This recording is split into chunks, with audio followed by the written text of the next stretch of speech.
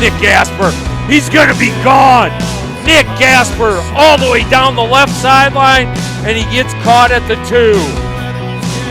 And give to Olin, and Olin up the middle. No, Olin breaks free past the 40-yard line. Libas behind Smith. Smith barks it out, looks. Smith keeps it. There's nobody there. C.J. Smith for 2.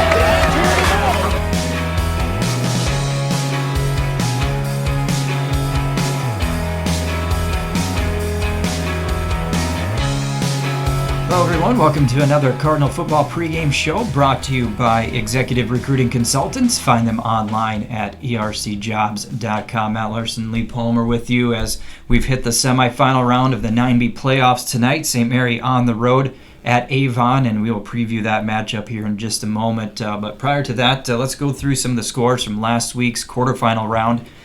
Saw Avon defeating Alcester Hudson 30-14. Faulkton over Harding County 48-22. Of course, we had the Cardinals with the 42-22 win at Gayville-Vollen, and then Potter County over Hitchcock-Tulare 48-8 to set up tonight's games. Number 5, St. Mary at number 1, Avon, and number 3, Potter County at number 2, Faulkton. So going through those, any major surprises that you saw from last week? Not really. You've got 4 of the top 5 teams in there, and a 4-5 matchup, you just really never know. It's going to be like the 2-3 matchup tonight between Faulkton and Potter County. I guess the surprise might have been the scare Avon got. Right, as we were watching. It was I want to say it was a 6-6 game or 12-12 at halftime, and it finally took Avon, I think, a little bit into the second half to get going. Yeah, it was 14-14, I believe, at halftime, and all of a sudden then Avon got going. So that was probably the biggest surprise. Another surprise might have been, and we don't see Potter County, and we don't get to see Faulkton, but we heard Hitchcock-Tulare had a really good team, and Potter County took it right to them at 48-8. So there's going to be some offensive firepower between the 4 schools. 2 schools are going to end their night tonight, and 2 are going to march to Vermilion to the Dome. For these seniors, it's all on the field because there is no tomorrow after tonight. Let's talk about last week's game a little bit for the Cardinals, a 42-22 win at Gayville, and it seemed like right off the bat they had a game plan of we're going to run the ball, try to stop us, and 500 yards of offense, 2 running backs with nearly 200 yards of rushing each. Thought they played pretty well last week. They played extremely well last week, and really they rode Nick Gasper for a long time. And he got a few breakaways. Ty Brown had a great game. Lucas Flemmer had a great game. Noah Olin had a great game. You're talking about 4 backs that Avon has to worry about now tonight. You can't just key on one. They're running in stride in the double wing. They're finding creases. We've talked about it week after week after week. Noah Olin dive up the middle, and we think he stopped, and the next thing we know, he's got 15 yards. There were a couple runs that Nick Gasper had the same thing, and it could have been more yards. There were a couple penalties that brought some big plays back. So it's a ground attack.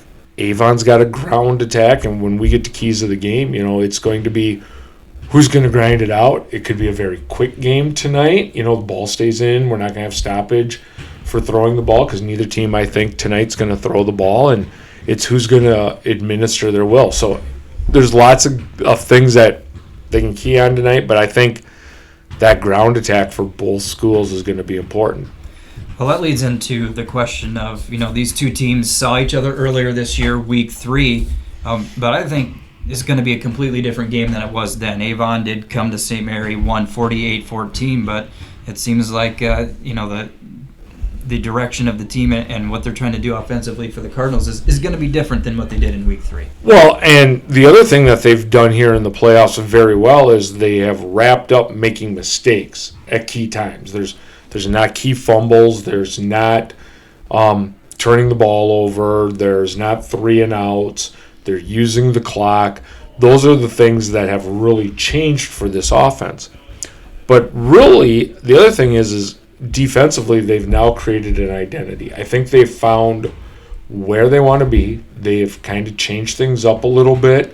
They've moved Gasper from what would be considered a cornerback into the linebacking core with Pika and Olin.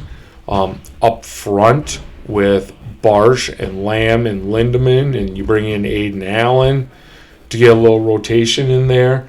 And then that secondary with Gilbert, Brown, and CJ Smith, I think that has created a new identity. And I think it's an identity that wasn't there against Avon week 3. We talked about it last week.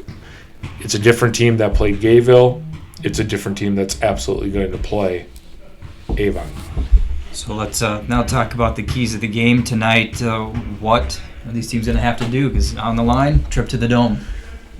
It's kind of funny because the keys to tonight's game are about the same for both teams. It's control the clock, 6-minute drives, score. It sounds cliche, but both teams want to put the ball on the ground. Avon's going to run the option. St. Mary's is going to run the double wing. So offensively, it's the same. Grind it out, get the yards, look for the seams. So for St. Mary's on that double wing, take your seam, take your cutbacks, run your counter plays. For Avon, read the end, read the linebackers, make the right option pitch. So that offensively, it's about the same. It's nobody's going to come out there and throw for 400 yards. Now watch tonight, something crazy will happen, but nobody's going to throw for 400 yards. Both teams want to grind it out on the ground. It's going to be sustaining drives for both of them. Defensively, for the key, we'll start for Avon first. You have to be disciplined and stay home. You can't flow with that back in motion because then you're going to get caught on the counter. You've got to be able to wrap up. We talk about Noah Olin squeaking through. You're going to have to hit him hard. You're going to have to take out Nick. You can't arm tackle or shoulder tackle Nick Gasper. He's become too physical and too strong. You're going to have to be able to get down the field and wrap him up in the legs. For St. Mary's, it really starts in the middle. It starts with John Pika. It starts with how disruptive can he be here with the option. Can he blow that up? Can he find a seam in the blocking where he can blow it up in the backfield before they even get to optioning the end? Are the linebackers disciplined enough? Are you going to make your keys? Whichever way Coach Mickle decides to do it, do you know who you have? Do you know how to tackle them and to wrap them up? And then protect the ball. We're in playoff time. You can't turn the ball over. You can't turn it over multiple times. I think one extra key, and we talked about this off air, is St. Mary's, if they get up and they get up early, they have to finish. Last week got a little scary. Got to 8 points in the third quarter, and we both sat there and went, oh boy, what's going to happen here? You can't take a series off. You can't take, okay, we're up 15, we're up whatever. You can't do that. And the last key for St. Mary's tonight, and I really think this is key, I think both teams are going to go up and down the field and they're going to score, is going to be who can convert the two-point conversion. Right. St. Mary's has struggled in the playoffs. So I think we went back and there's only one or two two-point conversions. Last week they were 0 for 7. They can't do that tonight against Avon. They will lose the game if you don't convert a two-point conversion. So we've got a good one coming up tonight at Avon. Kickoff is at 7 o'clock. Both Lee and I will be down there. Any final thoughts going into tonight's game? Again, second year in a row for St. Mary semifinals. Yeah, I've been in this spot. As a coach, you have to trust what you've done. You have to trust your preparation. For the players, you want them to be relaxed. You don't want them to think too much. You just want them to go out and play. As you said, it's the second year in a row. These boys had been there last year. It's a totally different team after graduating all those seniors. And to be completely honest, I think if you asked a lot of people, they didn't know if they were going to be back here after graduating all those seniors. So congratulations for them to being at this point. For the seniors tonight, Ty Brown, Noah Olin, John Pika, Gabe Lamb. Tonight's a big night for them. And they got to come out and play big tonight. So I think that if I had to predict, I think it will be extremely tight, extremely close, and St. Mary's will win probably by a 2-point conversion. All right. Well, again, if you can't make it down to Avon tonight, tune in. Kickoff is at 7 o'clock. Again, both Lee and I will be there right here on BigSouMedia.com.